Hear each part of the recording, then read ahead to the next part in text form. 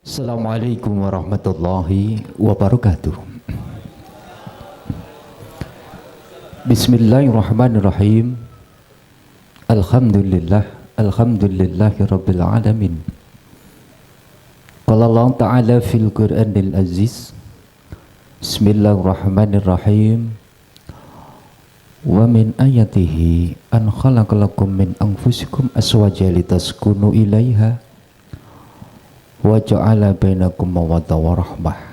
Inna fi dzalika laayatil liqaumin yatafakkarun.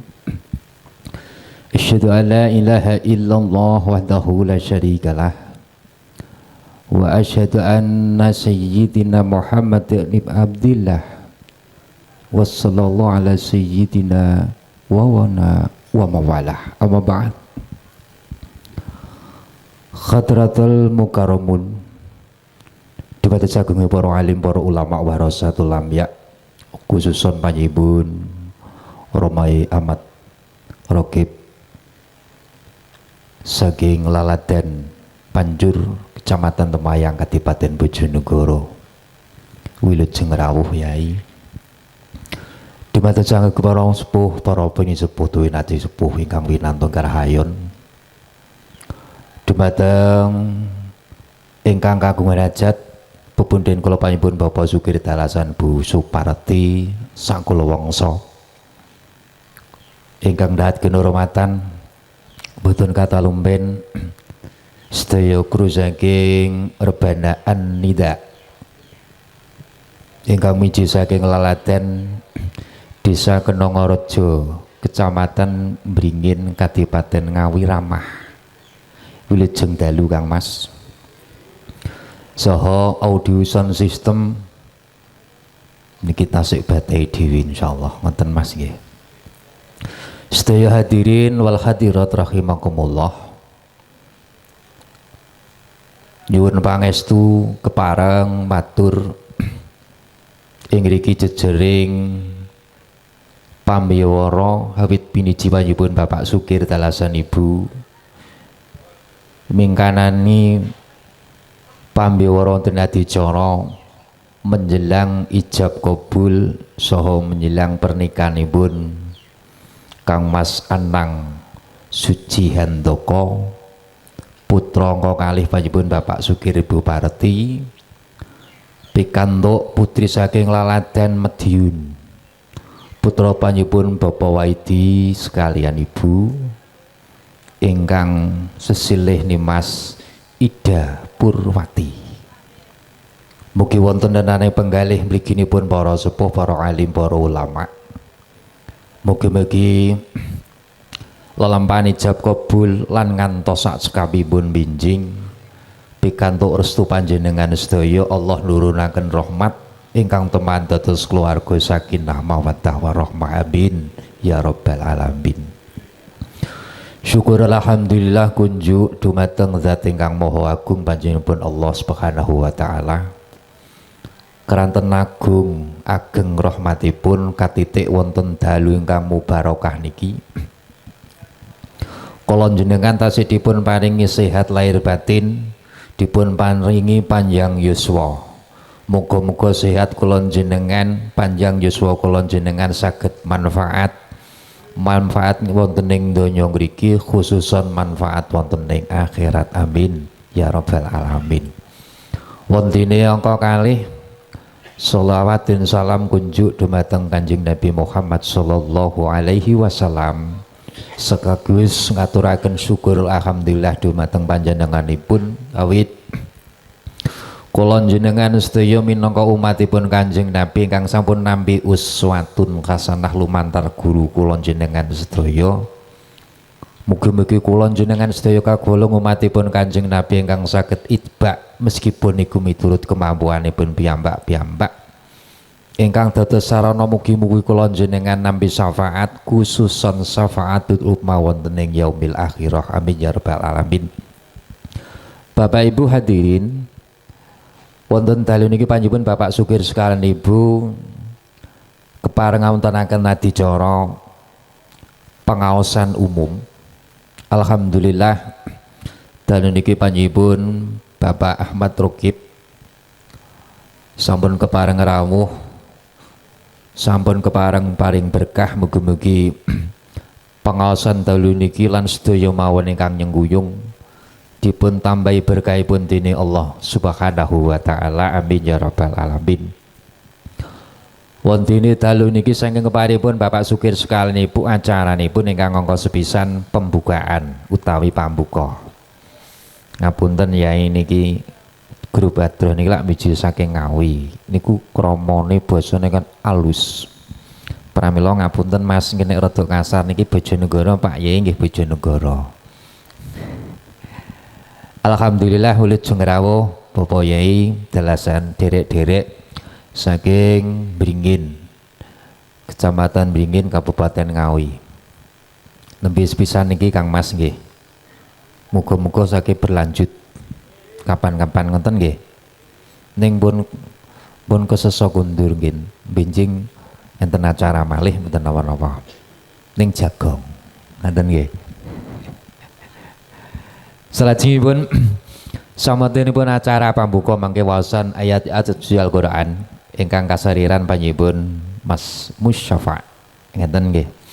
Mugi-mugi kanthi waosan suratul ayat-ayat saking Al-Qur'anul Karim mangke nambahi berkah, nambahi rahmatipun Allah tumurun dumateng keluarga agamipun Bapak Sukir sumrambahipun para rawuh lan samudayanipun keluarga kula jenengan sedaya ingkang wonten ing dalem. Amin ya rabbal alamin. Samantenipun waosan ayat suci Al-Qur'an mangke kalajengaken langsung Mau'izatul Hasanah ingkang badhe dipun darsabda panjenenganipun Bapak Ahmad Raqib lan mangke katutup kanthi doa mangketen Yai niki singkat mawon. Bapak Ibu hadirin ingkang dipun mulyakaken dening Allah, kreh menika sampun tabuh sanga dalu langkung. Monggo sareng-sareng kita wiwiti adicara pengaosan dalu niki kanthi kita bikak mawi suratul Fatihah. Mugi-mugi kanthi fadilahipun suratul Fatihah mahanani kula jenengan sedaya khususipun Bapak Sukir sekeluarga tanpa dipun paringi nikmating sekata-katapun sumrambahipun ingkang hadir. Biridhoillah mabi syafaati Rasulillah sallallahu alaihi wasallam. Syai'ulillahi lahumul Fatihah. A'udzubillahi minasyaitonirrajim. Bismillahirrahmanirrahim. Alhamdulillahi rabbil alamin arrahmanirrahim maliki yaumiddin. Iyyaka na'budu wa iyyaka nasta'in ihdinas siratal mustaqim shiratal ladzina an'amta 'alaihim ghairil maghdubi 'alaihim waladdallin. Amin. Rabbighfirli wa li walidayya wa li jami'il muslimin. Amin. Dungkapai dicara ingkang kalih waosan ayat suci Al-Qur'an ingkang dipun sari panjenenganipun Kang Mas Musyafa utawi Mas Ustadz Musyafa. Pramila dumateng panjenenganipun wekdal panggenan sak sekapipun kala sumanggaken. Assalamualaikum warahmatullahi wabarakatuh.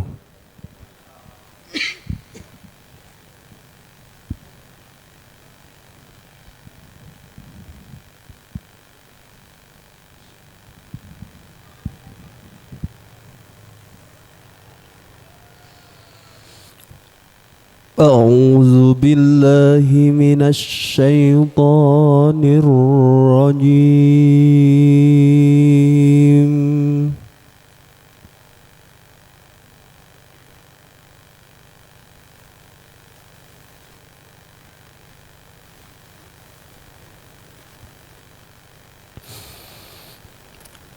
بسم الله الرحمن الرحيم.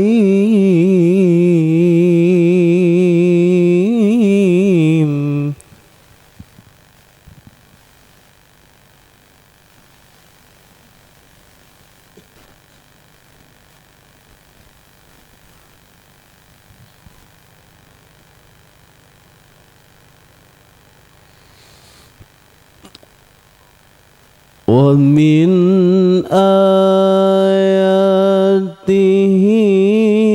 أن خلقكم من تراب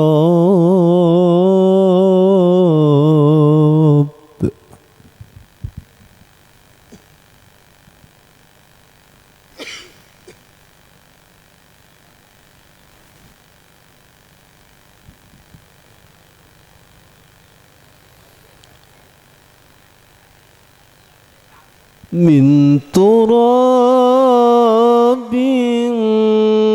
ثم إذا أنتم بشر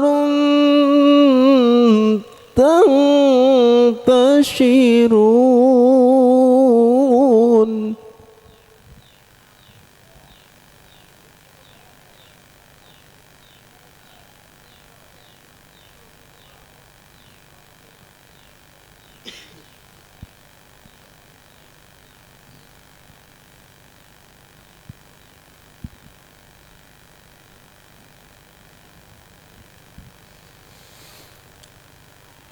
ومن آياته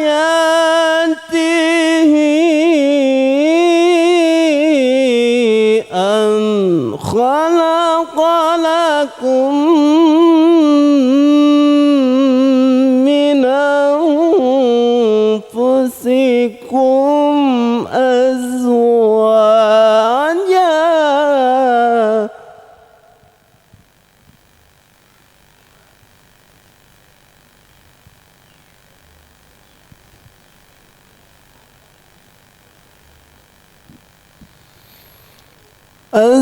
أزواجا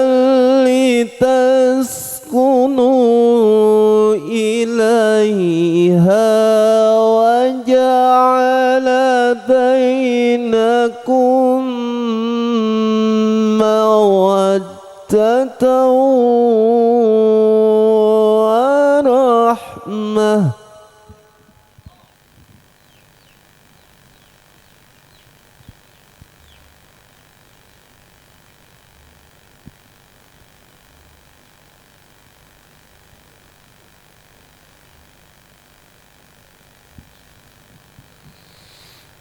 ومن آياته أن خلق لكم من أنفسكم أزواجا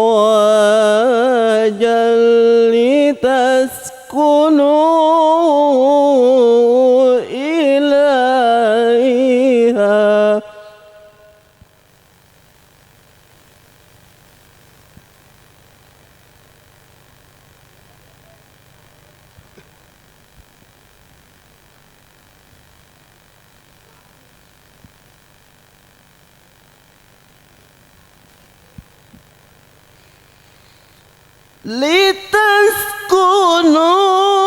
لتسكنوا إليها وجعل بينكم مودة ورحمة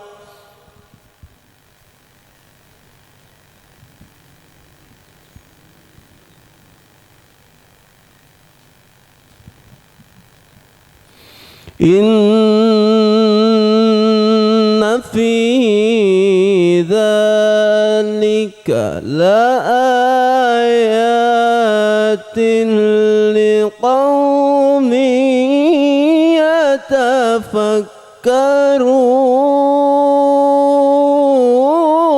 يتفكرون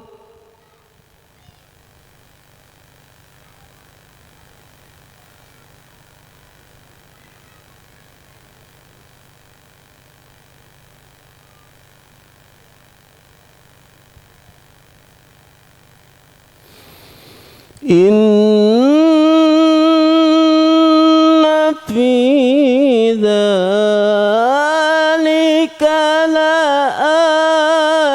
لآيات لقوم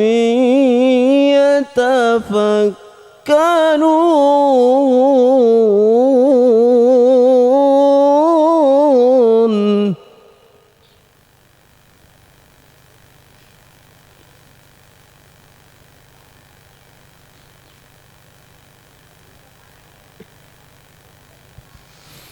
ومن آياته خلق خلق السماوات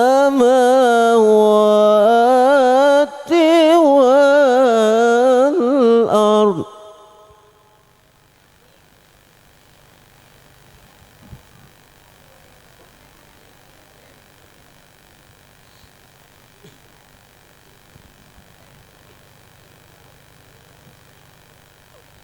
ومن آياته خلق السماوات والأرض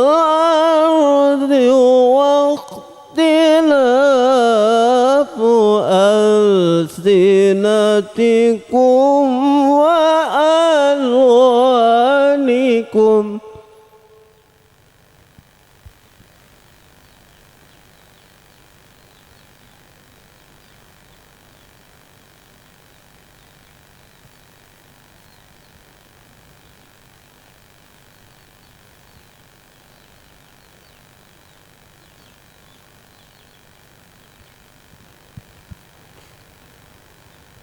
واختلاف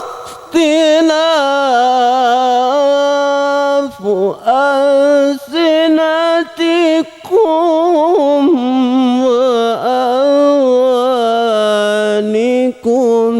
إن في ذلك لآيات للعالمين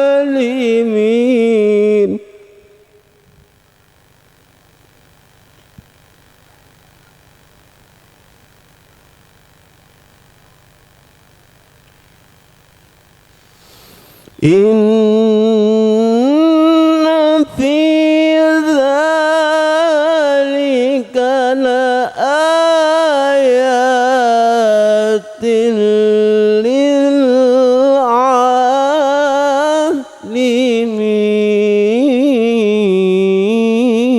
للعالمين صدق الله العظيم. Assalamualaikum warahmatullahi wabarakatuh. Sadaqallahul adzim. Matur suwun kunjuk panjenengan Al Ustadz Misyafa'. Bapak Ibu hadirin wal hadirat rahimakumullah. Acara salajengipun Maidatul Hasanah nanging saderengipun kepareng matur saking keparipun Bapak Sukir sekalian Ibu dalu niki kula sepados matur dhateng jenengan sedaya khususun para sepuh wondene panjenengan Bapak Sukir sekalian Ibu dalu niki lumantar kula ingkang sepisan ngaturaken wilujeng dalu wilujeng rawuh khususon panjenengan Bapak Yai Tawi Rama Yai Ahmad Raqib derek-derek saking Bringin pun kampok Kang Mas ketinggal lewat rada kesusun jenengan bau wanter lah kebablasan rada ngulon sithik saking bantere nggih santunipun ngaten Bapak Sukir sekalian Ibu matur suwun ingkang kuwatah kunjuk datang sana sederek Bapak Ibu hadirin wal hadirat para sepuh wabil khusus panipun Bapak Yai Bapak Mara Yai Ahmad Raqib dalasan sederek sedaya khususan saking kru audio ingkang sampun nyungguyung hajatanipun Bapak Sukir sekalian Ibu dalu niki ngantos cekapipun sangga tiga nyuwun pangapunten mbok bilih Bapak Sukir sekalian Ibu anggenipun nampi rawuh jenengan niku kirang trap sila kata kirangipun pramila lumantar dumateng kula panjenengan Bapak Sukir sekalian Ibu sepisan malih nyuwun pangapunten mbok bilih mungkin kadang-kadang khususan saking Bringin kok dahare rada telat kok mungkin kurang kathah lah nggih lumantar nyuwun pangapunten Mas terus terangkin mawon nek upamane niku unjukane kok kirang nggih matur teng kanca-kanca sinoman mawon mboten napa-napa biasa mawon Bringin kalih bareng celak asline nggih cuman kan arang peduk selanjutipun Dalu niki panjenengan Bapak Sukir sekalian Ibu saking bombonge manah namung saged matur ning lumantar kula mawantu-wantu panyuwunipun nyuwun donga pangestu panjenengan sedaya khususipun Rama Yai para sepuh mugi kanthi nugrahane Gusti Kang Maha Kawasa lumantar donga jenengan sedaya anggenipun kagungan hajat nindakaken darmaning tiyang sepuh inggih menika ndhawuhaken putranipun inggih menika Kang Mas Anang Suci Handaka pikantuk putri Mediun ning rada celak niki teng dusun Peron Desa Luwara Kecamatan Pilengkanceng Kadipaten Madiun. Mugi-mugi anggenipun jejodohan tansah dipun tebihaken saking balak dipun cedhaken saking rahmatipun Allah Subhanahu wa taala.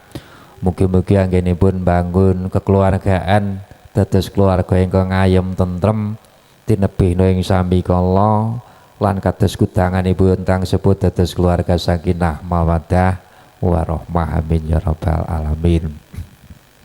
Ingkang pungkasan panjenengan Bapak Sukir sekeluarga boten saged maringi utawi atur piwales dhateng jenengan sedaya namung donga pangestu dadi samat sinamatan mugi-mugi anggenipun rawuh jenengan anggestreni hajatan dalu niki ngantos sak cekapipun kakersakaken tinallah dados amalan sholihan amin ya rabbal alamin. Makaten atur kula mewakil panjenengan Bapak Sukir sekalian Ibu sumambapun keluarga monggo nglajengaken adicara salajengipun maidatul hasanah ning sadaringipun nuwun sewu Kang Mas saking kru An-Nida mengke kairingan jengkaripun Rama Yai kairingan sing mahalul qiyam makaten Allahumma sholli ala Muhammad Allahumma sholli alaihi Ya Nabi salam alaika Ya Rasul salam alaika Ya Habib salam alaika salawatullah alaika ya Nabi salam alaika ya Rasul salam alaika ya Habib salam alaika salawatullah alaika asyraqal badru alaina fakhtafat minhul buduru mithla husnika ma ra'ayna qattu ya wajah sururi ya Nabi salam alaika ya Rasul salam alaika ya Habib salam alaika salawatullah alaika طلع البدر علينا من ثنيات الوداع وجب الشكر علينا متى لله دا طلع البدر علينا من ثنيات الوداع وجب الشكر علينا ما دعا لله إذا طلع البدر علينا من ثنيات الوداع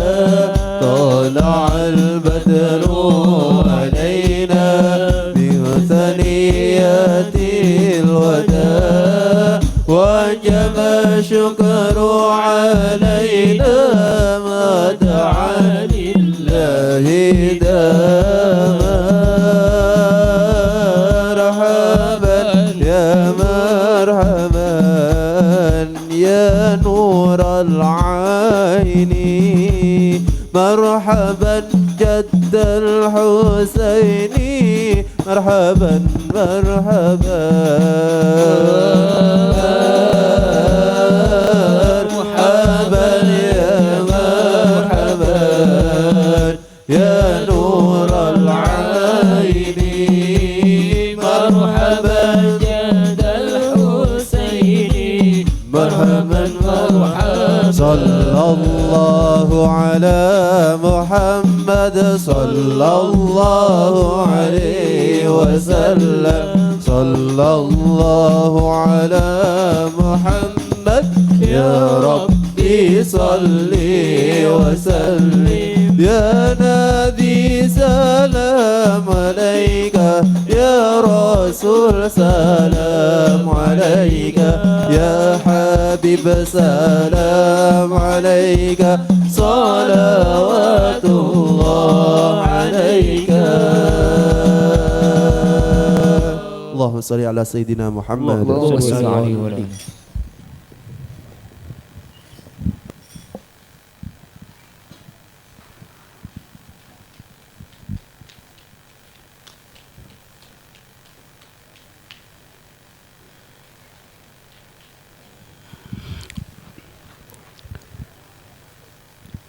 Assalamualaikum warahmatullahi wabarakatuh.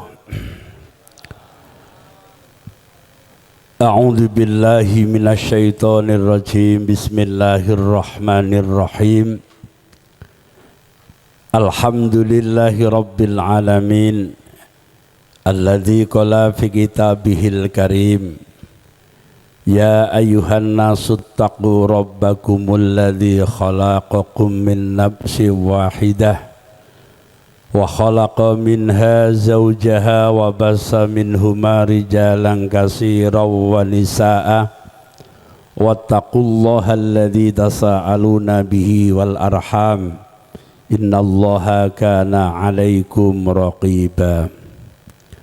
Allahumma salli wa sallim wa barik ala sayyidina wa habibina wa syafi'ina wa qurrati a'yunina Muhammadinil qail man nakaha lillah faqad kamula nisfuddin wa man nakaha lillah istahaqqa wilayatallah wa man nakaha lillah kafa wa waqam.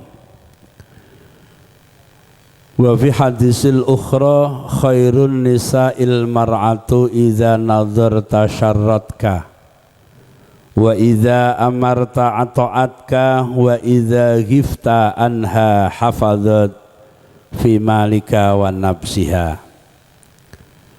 Al mukarramun, para alim, para ulama, para bapak-bapak kiai, para ibu nyai, sedayanipun ingkang dipun mulyakaken Allah, ingkang tansah kala mulyakaken panjenenganipun akhi fillah Al Ustad Satir ugi Al Ustad sanes-sanesipun nggih ingkang kaula dereng saged matur setunggal-setunggalipun sedayanipun ingkang kula mulyakaken pejabat pemerintah, baik Bapak Kepala Desa, Bapak-bapak perangkat ingkang hadir, ingkang rawuh sedayanipun ingkang kula hormati, wabil khusus panjenenganipun Bapak Sukir nggih, Bapak Sukir adalah Ibu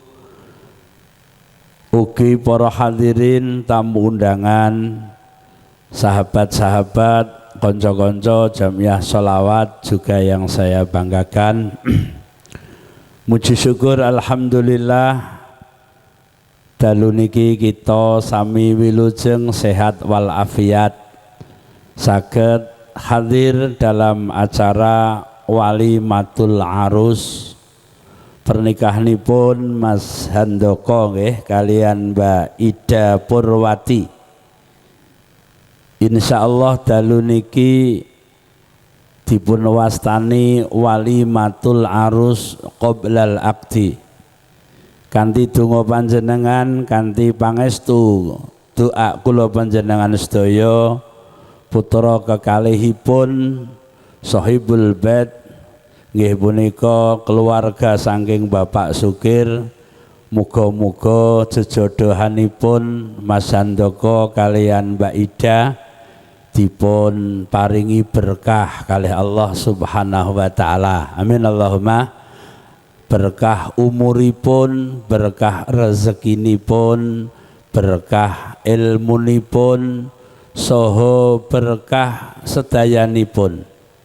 Cocok kalih doanipun Kanjeng Nabi ketika hadir datang sahabat Anas nikah ingkang dipun waos Kanjeng Nabi nggih punika donga barakallahu laka wa baraka alaika wa jama'a bainakuma fi khair. Amin Allahumma amin.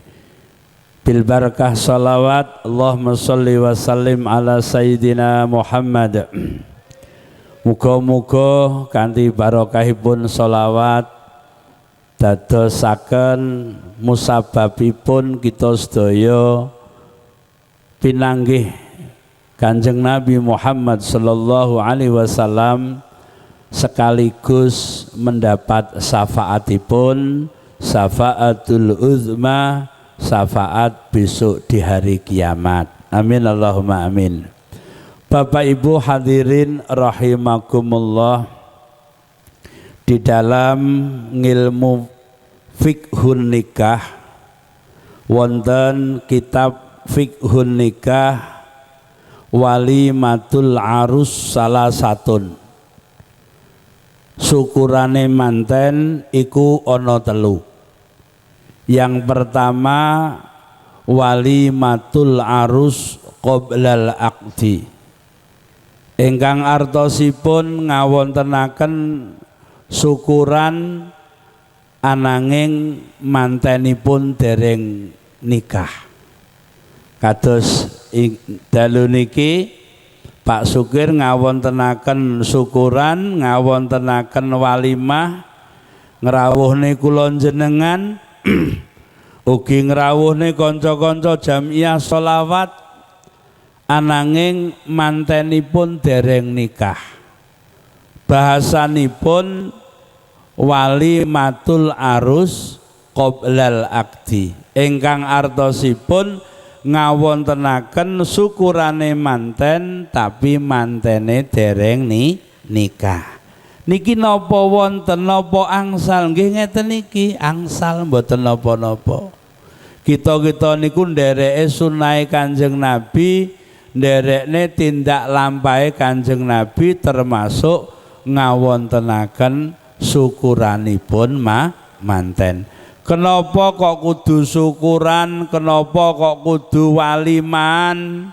Ternyata kangge kersane kanca-kanca, tangga-tangga, mungkin masyarakat nak pun sumerep ngeten niki dinikahne, disyukuri mangke nggih penganten kakung boncengan kalian penganten putri. Gitu nggih. Niki mangke mboten wonten tiyang niki suudzon ngarani elek dateng kekalihipun krana sampun dingertosi bilih niki sampun nikah. Niku pentinge nikah. Cobi umpama panjenengan gadah putra kakung ageng, gadah putra estri pun wayahe nikah, terus dereng jenengan rame-ramekne dereng enten sing mireng, tangga niku pun dinikahno napa dereng, terus boncengan ngalor ngidul, lah sing panggih lak metu suudzone la iya wong urung dinikahno kok ngerangkul kados mekaten, lho muncul fitnah. Mulane muncul walimah seperti niki kangge nolak fitnah. Amin Allahumma amin. Yang pertama bapak-bapak panjenengan kudu faham. Yang pertama adalah walimatul arus qoblal akdi. Syukurane manten nanging mantene dereng nikah. Tasik minjing terusipun Pak Satir kalau wau nggih. Muga-muga didongakno Mas Handoko kalian Mbak Ida anggenipun besok melanjutkan pernikahan diberikan kemudahan, tidak ada musibah apapun. Amin Allahumma amin. Niki dungane panjenengan. Nomor kalih Bapak Ibu walimatul arus ba'dal akdi. Artosipun kedua mempelai, kedua manten sampun ijab qabul. Uzawwijuka ala ma'amarallahu ta'ala bihi min imsakin bima'rufin au tasrihin bi ihsan ya akhi Handoko angkahtuka wa zawajtuka. Lajeng Mas manten jawab qabil tuh saya terima. Lah nikilah diarani sak sampunipun akad nikah itu kalau memang pakai bahasa Arab. Kalau bahasa Jawa nggih kula terami. Nggih Bapak nggih. Kalau bahasa Indonesia ya saya terima. Yang mudah-mudah mawon. Keranten nak panjenengan egois nganggo bahasa Arab ternyata syaratnya kathah. Kanca-kanca rebana sampean ora usah ambisi aku nikah kudu nganggo bahasa Arab. Aku cah sholawatan. Cara nikah nganggo bahasa Indonesia yo gengsi. Lah sampean nak nikah nganggo bahasa Arab, syarate saksi lorone sampean yo kudu ngerti bahasa Arab. Lho kula piye nak ora ngerti bahasa Arab, nak benerno piye nak umpamane mantene lan napa niku napa akad nikah nak salah sing benerne sapa? Mulane dadi nikah sing pakai bahasa Arab niku syaratnya kathah, yaiku termasuk saksi kedua saksi ya kudu faham bahasa Arab. Sak sampunipun dinikahne nggih terus dipun wontenaken syukuran manten. Biasane sing umum jam 8 pagi akad nikah, jam 10 dipun wontenaken pesta manten niku sing kathah sakniki ngoten niku. Lah niki napa salah? Mboten salah. Dalam fikih sampun dipun jelasne napa walimatul arus salah satun. Sing pertama yaiku ngawontenaken syukurane manten tapi ngantene dereng nikah. Nomor kalih syukurane manten mantene sak sampunipun nikah. Yang nomor 3 nggih punika walimatul arus ba'dal bina. Ingkang artosipun ngawontenaken pesta manten, mantene nak nikah pun dangu. Kalau tanggal 29 Ramadan niku temayang niku wonten 18 judu, kedung adem ada 40 berapa judu. Duka sekar Pak Satir. Masya Allah Ramadan itu tanggal 29 Ramadan Bu Pak. Kuwatah pernikahan zaman semono. Lah nalika nikahe tanggal 29 Ramadan kemarin sakniki nembe dipun wontenaken pesta manten niku dipun wastani walimatul arus ba'dal bina. Mantene wis berbulan madu, mantene wis berkumpul, nanging nembe dipun wontenaken pesta manten. Lah niki lho bapak-bapak panjenengan umpamane nek kanca tangga ngawontenaken syukurane manten nikahe pun dangu nembe dipun wontenaken syukuran niku mboten napa-napa, angsal mawon menurut agama. Bahkan terus Pak Satir pun tradisi sekar, nggih pun tradisi bareng, umpamane wis duwe anak barang lagi ngawontenaken syukuran. Enten mboten? Enten ngriki. Kula nate diaturi ngaos dateng Malang nggih teng panggung ngeten iki. Mantene dalu niku nggih teng panggung ngeten. Lho kula ngaji niki lho mantene diparani lare alit. Nggih, ternyata lare sing marani manten niku ternyata putranipun. Lho, berarti wis duwe anak lagi ngawontenaken syukuran. Mboten napa-napa Bapak angsal. Berarti fikih malek ora mung telu walimatul arus malah ana papat walimatul arus ba'dal mana. Dadi eneng ba'dal mana. Iki gaweanku tambahan tapi faktane enten. Kula sampun kondur napa ngandhap saking panggung kula tanglet panitia. Pak panitia niku lare niku wau sinten? Niku putrane manten. Lho, putrane manten? Nggih. Lho pripun kronologine? Sing jaler niku dadi tentara tugas teng Kalimantan, pados cuti, pados golek libur niku lho mboten angsal.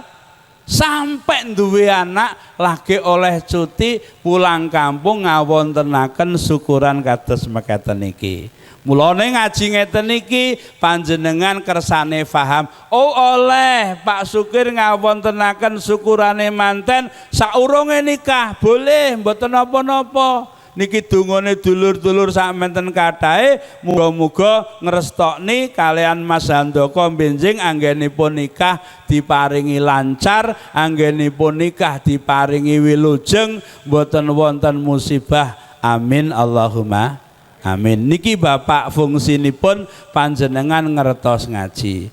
Bu Sukir, Pak Sukir, apa sih manfaate ngaji? Apa sih manfaate sakliyane ngaji? Yang jelas dawuhipun Kanjeng Nabi, man da'a ila khairin fahuwa mislu ajrihi fahuwa mislu ajri fa'ilihi wa man da'a ala sarin fahuwa mislu ismi fa'ilihi. Niki Bu Sukir, Pak Sukir, manfaate sing sapa wonge ajak-ajak ning gone keapian, man da'a ala khairin, ngaji niki ngajak apik, fahuwa mislu ajri fa'ilihi, mongko wong sing ngajak niku oleh ganjaran sesuai tiang ingkang rawuh. Sayange ora patek akeh sing teka Bu Sukir mergo barengan. Terus Pak Satir namung sekawan. Iki nak menampung sekawan ya kiai ini ya iso rembes iki bancaan terus iki. Apa meneh sing tukang tanduk iki iso gak apa-apa tukang tanduk wong panas ya tenanan ora entek dikarak. Amin Allahumma. Yo nak ning berkate ya neng ngawure tukang tanduk ora ning berkate. Ya Allah we. Bapak Ibu hadirin lah nak panjenengan wa man da'a ila sarin fahuwa mislu ismi fa'ilihi. Nak sampean niku ajak-ajake ning perkara elek, lah sing teka ki wong pira? Ngapunten Bapak-bapak, sampean niku kok nekakno perkara ning gone perkara elek, sing teka ki pira? Lah kok sing teka wong 1000, dosane wong 1000 diparingne sing ngundang. Naudzubillah min. Jadi nak sampean ngajak ning apik, lah sing teka wong 1000 ganjarane wong 1000 diparingne sing ngundang. Alhamdulillah. Amin Allahumma amin. Niku pentinge apa meneh selawat. Man shalla alayya wahidan shalla alaihi asron. Man shalla alayya wahidan sallallahu alaihi asron. Sing sapa wonge maca selawat atasku sepisan, mongko Allah bakal paring 10 rahmat. Amin Allahumma. Lho niku nek kanca-kanca selawat, Allahumma sholli ala Muhammad.